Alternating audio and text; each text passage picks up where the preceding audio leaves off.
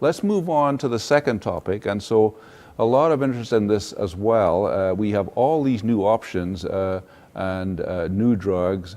Has this, up to this present time, impacted frontline therapy? And so, considering both the US and Europe, you can come up with this kind of an algorithm. Patients who might be eligible transplant and those not. In the US, the options are relatively simpler.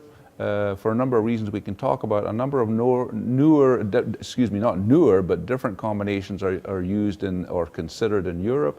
And then also the same is true over here in the non-transplant patients. We typically might think about RD, VRD, but other options are considered in Europe. But just to review the VRD data, the SWOG data is just was presented last year and is just being published right now as we speak in the Lancet, comparing VRD with RD, and these are your outcome measures. And so what has come from this comparison of VRD versus RD for this induction without frontline transplant is a significant improvement in both PFS, with a 16-month improvement in PFS and almost a 1-year improvement in overall survival. And so if you look at the curves here, those differences extend out. This is a long study that is real measurements out to over 6 years actually, and the same is true for the survival. So this has led Dr. Vincent Rajkumar in particular to come up with the Mayo team to propose this algorithm. And since you're part of the Mayo team, maybe you can start and indicate if you agree with this. So in the algorithm, what we have is actually the VRD selected in the non-transplant as well as in this transplant part of the algorithm, with options for frontline transplant or not, which we'll talk about later, with also this box here for the frail or the patients with comorbidity. So would you like to tell us first what you think about this algorithm? No, absolutely. I think it's an excellent algorithm. I think in simplicity, we have a tremendous amount of evidence now for VRD, both in those going to transplant and those not going to transplant, because your SWOG study did include patients. Covered both. They're clearly not going in. So I think that's the general theme. And as you've outlined here, if we take those that are not going to transplant, we also want to be careful that as patients are getting older or have more comorbidities, we don't want to try and do a cookie cutter and have everybody treated the same. They might have more toxicity with this. And we do have very good evidence from the first study that RD on its own can be quite effective. Yeah, so what we might do in some of these patients is either consider RD or maybe what we sometimes call VRD light, where we give a milder regimen for the VRD.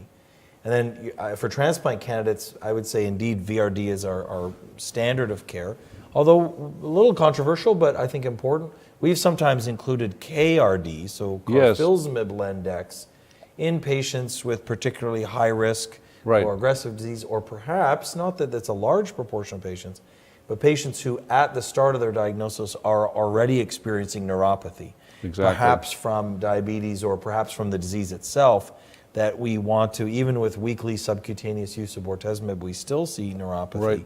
That will sometimes do that. But this is quite reflective of what we're doing in practice. And so obviously we do have that KRD, VRD comparison going on with the ECOG trial, and it's not fully accrued yet, but so we will be getting those data. And then, although not such a strong option here, maybe you or maybe Sagar, you could comment, the other options could be VTD or VCD, the CyBorD regimen, which we sometimes would consider for various reasons. So what's your take on this algorithm? Yeah, I mean, I think the approach of using a VRD-based regimen as the induction therapy for most patients is what we've been practicing for a long period of time, and we've sort of been going back and forth between institutions about that. So we certainly support that approach. I think that the non-transplant candidate, I'm going to change the name of that category. All right. And say it's the frail patient. Okay. Because if they're not truly frail, then they should be eligible for a transplant. So they should actually be over here. Yes. Right. Okay. So for the truly frail patients, and I realize I'm changing the whole categorization. No, that's okay. But I can do that. We moved the red boxes already. There we go. I know. I'm moving it all, turning it upside down. So for the truly frail patient, I think the data really does support the use of RVD from large phase, or RD, sorry, from large phase 3 trials. The VRD Lite is very interesting.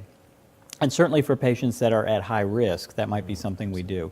But as we begin to see the data from Eloquent 1 and from the Maya study that looked at either RD plus ELO or RD plus DARA, Right. that might be a really attractive triplet for the truly frail patient. So I think that the frail treatment approach is a little bit in flux right now. Yeah, I would agree with that, yes. Absolutely. Absolutely. I think we're all Yes. anticipating what it'll be like to potentially add a monoclonal antibody to patients up front. And as you said, I think it's particularly attractive in the frail patient or the patient not going to transplant because the toxicity from those drugs don't seem to overlap very much with the toxicity that we have right now from RD, so that makes it sort of a natural partner. Whereas VRD is not always a perfect partner for those patients because it can be tougher on their blood counts and tougher on Absolutely. their systems. But an accepted part of this algorithm right here is that there might be transplant. And so I want to move forward and say, well, actually, would you be doing the transplant? And so we've touched on transplant, no transplant, but let's look at the transplant data. And so obviously last year, one of the top presentations was the IFM data, the IFM DCI study showing the outcomes with VRD plus or minus transplant. And a lot of excitement about the fact that the remissions, the progression-free survival is obviously significantly improved in the transplant arm.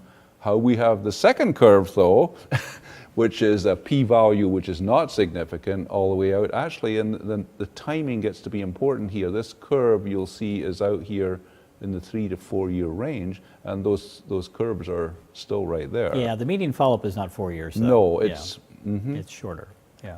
So anyway, we have the PFS, but certainly no survival data yet.